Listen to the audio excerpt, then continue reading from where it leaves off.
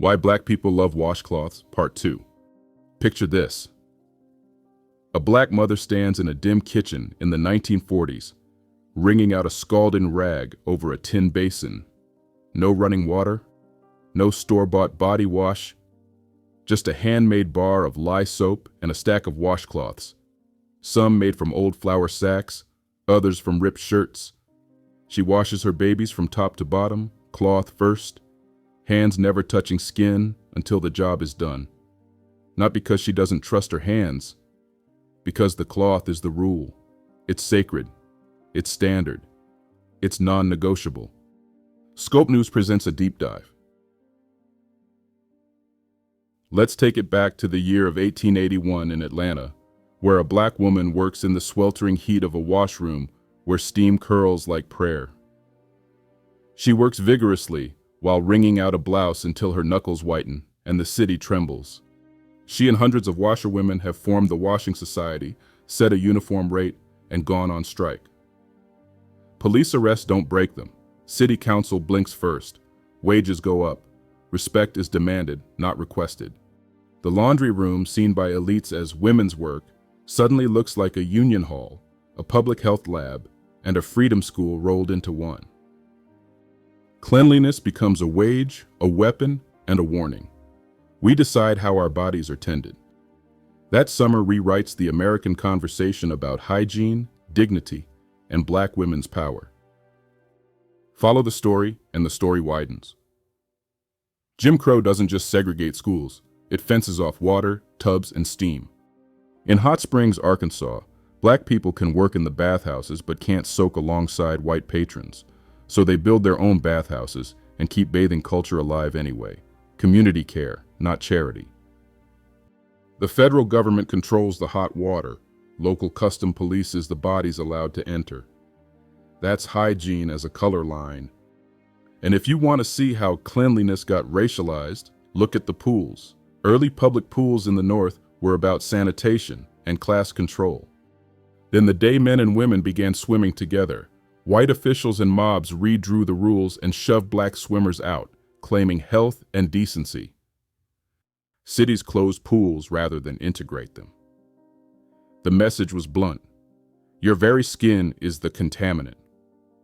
That's not folklore. It's municipal policy, riots, and court fights stretching into the mid-20th century.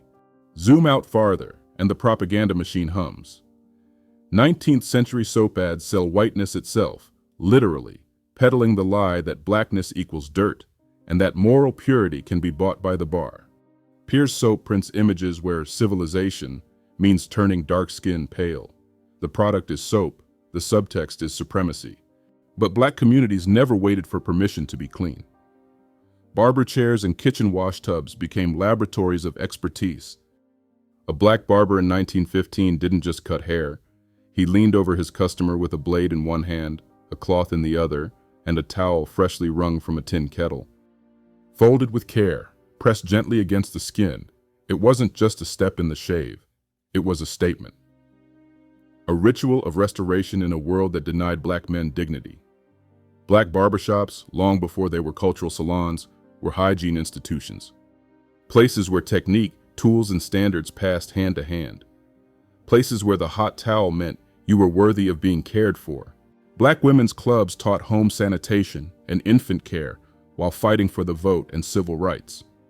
Mary Church Terrell's generation framed cleanliness as protection, pride, and public health, because the state often wouldn't. Even the objects in the bathroom carry a deeper passport stamp. That rough fibrous scrubber, loofah, is a plant-based sponge, not a sea creature. Its lineage runs through Africa and Asia. When fully ripened and dried, the gourd becomes a natural exfoliator, a technology of friction that predates the influencer aisle by millennia. That matters because it shows the tradition of scrubbing, descaling, and resurfacing the skin is not a quirk. It's a global, often non-European inheritance that black households kept central. And if you want to talk rituals, talk water. Across West Africa and the Sahel, Islamic practice shaped daily ablutions, wudu for prayer, ghusl for full purification, embedding cycles of washing into the body clock itself. You can trace those habits through migration and memory, even when slave codes tried to starve them out. Purity wasn't a punchline, it was a discipline. Now cut back to the Atlantic crossing and the auction block, because the receipts are ugly. Traders prepared people for sale by scrubbing, shaving, oiling, and perfuming them to raise the price, washing as theater for profit. The same market that smeared Africans as unclean relied on cleanliness to fetch a higher bid. The hypocrisy isn't metaphorical, it's in the ledgers. Fast forward to modern America and the map still tells on itself. Plumbing poverty exists, households without hot and cold running water, without a bath or shower, concentrated in predictable places. Race is one of the strongest predictors of who lacks complete plumbing. The figure isn't small. We're talking hundreds of thousands of households in recent ACS counts and over 2 million people by broader measures, with Black and Latinx households nearly twice as likely to go without. That's not culture, that's infrastructure and policy. But here's the shocking truth. The real cultural divide around washcloths didn't start with luxury or class. It started with hygiene beliefs born from colonial arrogance. In the 17th and 18th centuries, many Europeans believed that bathing too often could weaken the body. They thought water opened the pores and allowed disease to enter. So instead of cleaning themselves, they layered perfumes, powders, and oils to mask odor. That's the true origin of perfume culture. It wasn't elegance, it was avoidance. Europeans literally tried to cover up filth with fragrance, while African people had already been practicing ritual bathing for centuries. When colonists came to the Americas, they brought that same mentality with them. They refused to bathe regularly, dumped waste near living quarters, and spread diseases like typhus, cholera, and smallpox, then turned around and called Africans and native people unclean.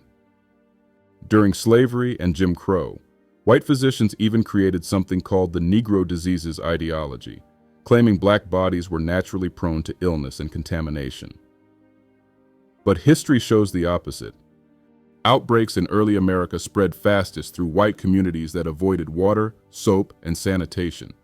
Black midwives, healers, and herbalists, many trained through African lineage, were the ones who taught settlers how to clean wounds, disinfect, and prevent infection. So when people joke that white folks don't use washcloths, there's centuries of evidence that this gap isn't just cultural, it's historical. Enslaved Africans brought knowledge of hygiene and disease prevention that kept entire plantations alive. White overseers ignored it, then invented racial myths to hide their own neglect. They created the Negro Diseases narrative to justify exploitation, all while dying from the very infections they blamed on others. Perfume was their solution. The washcloth was ours. One was used to hide the truth. The other was used to confront it. And that legacy didn't disappear, it evolved. Those same racist hygiene theories laid the foundation for modern medical bias. Today, Black patients are still less likely to be believed when they report pain, still more likely to be labeled as non-compliant, still accused of being carriers of disease, while white patients receive compassion and care. During the 2020 pandemic, we saw it clearly.